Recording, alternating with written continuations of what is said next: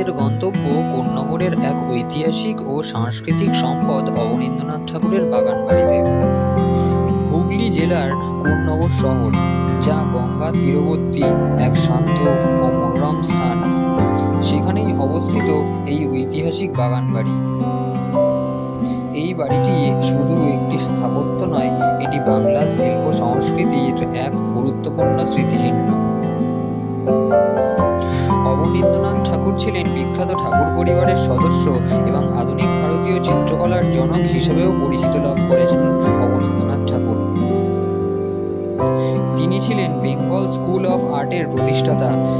তার শিল্পী চর্চা ভারতীয় ঐতিহ্যকে নতুনভাবে বিশ্বের সামনে তুলে ধরেছিল।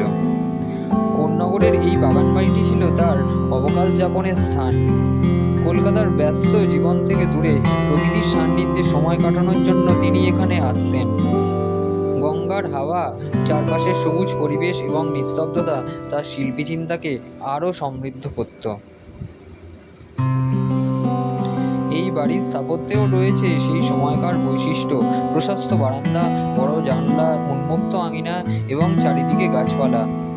এটি ছিল একদিকে বাসস্থান, অন্যদিকে শিল্পচর্চার অনুপ্রেরণার কেন্দ্র। এই বাগানবাড়ির সবচেয়ে আকর্ষণীয় দিকগুলো একটি হলো বাগানের চারপাশের সবুজ পরিবেশ ও বাগান। এই বাগান শুধু গাছপালা দিয়ে ঘেরা একটি জায়গা নয়, এটি ছিল শিল্পী চিন্তার এক প্রাকৃতিক আশ্রয়। চারিদিকে বড় বড় পুরনো গাছ, ফল ও ফুলের গাছ, ছায়াঘেরা পথ, সব মিলিয়ে এক শান্ত নীরব পরিবেশ। গঙ্গার দিক থেকে আসা হালকা বাতাস পুরো জায়গাটিকে আরো প্রশান্ত করে তোলে। এই প্রকৃতির মাঝেই সময় কাটাতেন অবনীন্দ্রনাথ ঠাকুর। বলা হয়, প্রকৃতির রং, আলো ছায়ার খেলা এবং পাখির ডাক তার শিল্পী মনকে গভীরভাবে প্রভাবিত করত। সকালবেলায় সূর্যের আলো যখন গাছের পাতার ফাঁক দিয়ে পড়ত, তখন সেই দৃশ্য যেন এক জীবন্ত চিত্রকর্মের মতো লাগত। বাগানের ভেতরে ছিল খোলা আঙিনা ও হাঁটার পথ, যেখানে বসে গল্প করা, পড়াশোনা করা বা ছবি আঁকার জন্য আদর্শ পরিবেশ তৈরি হতো। এই ধরনের ঐতিহ্যবাহী বাগানবাড়িতে সাধারণত আম, কাঁঠাল, বকুল, শিউলি, অশ্বত্থ বা বটগাছের মতো দেশীয় গাছ দেখা যেত,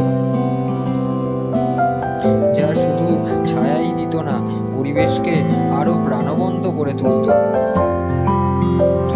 বর্ষাকালে সবুজ আরো ঘন হয়ে উঠত, আর শীতকালে ফুলে ভরে যেত চারপাশ। প্রকৃতির এই পরিবর্তনশীল রূপ শিল্পীর সৃষ্টিশীলতাকে নতুন নতুন ভাবনার দিকে নিয়ে যেত। আজও যখন কেউ এই বাগানবাড়ির আশেপাশে দাঁড়ান, তখন সেই পুরনো দিনের শান্ত পরিবেশ অনুভব করা যায়। মনে হয় যেন সময় কিছুক্ষণের জন্য থেমে গেছে, আর সেই নিস্তব্ধতার মধ্যেই লুকিয়ে আছে বাংলার শিল্প ঐতিহ্যের এক গুরুত্বপূর্ণ অধ্যায়।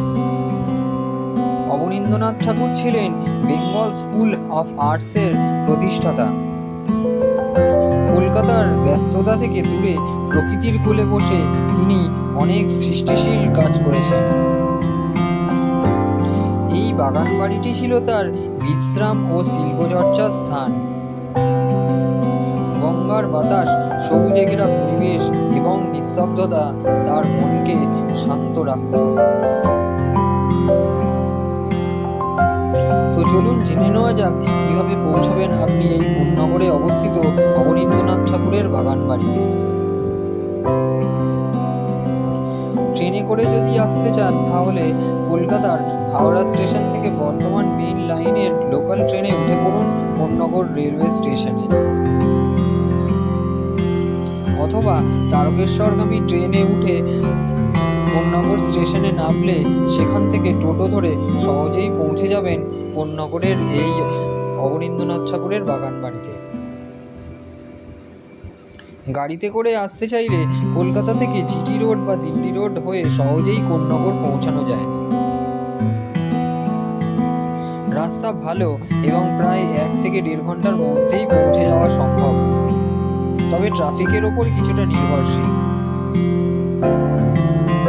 বাসে করে আসতে চাইলে হাওড়া বা এসপ্ল্যানেড থেকে হুগলি বা শ্রীরামপুরগামী বাসে উঠে কোন্নগরে নামা যায়। সেখান থেকে স্থানীয় পরিবহন নিয়ে পৌঁছানো সম্ভব। এই বাড়িটির ঢুকতে টিকিট লাগে মাত্র 10 টাকা। তো বন্ধুরা, এই জায়গাটি শুধু একটি বাড়ি নয়, এটি বাংলার শিল্পী স্থাপত্য ঐতিহ্যের এক জীবন্ত স্মারক।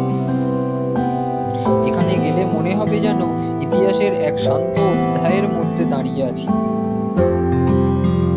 আপনারা যদি ইতিহাস, শিল্পী ও প্রকৃতি ভালোবাসেন, তাহলে একদিন সময় করে ঘুরে আসতেই পারেন কোন্নগরে অবনীন্দ্রনাথ ঠাকুরের বাগানবাড়ি। তো চলুন এবার বাগানবাড়ির আশপাশটা ভালোভাবে একটু ঘুরে দেখে নেওয়া যাক।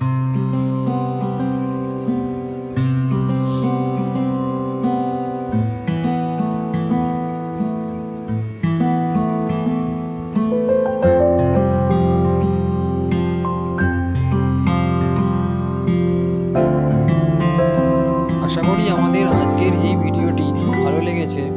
ধন্যবাদ।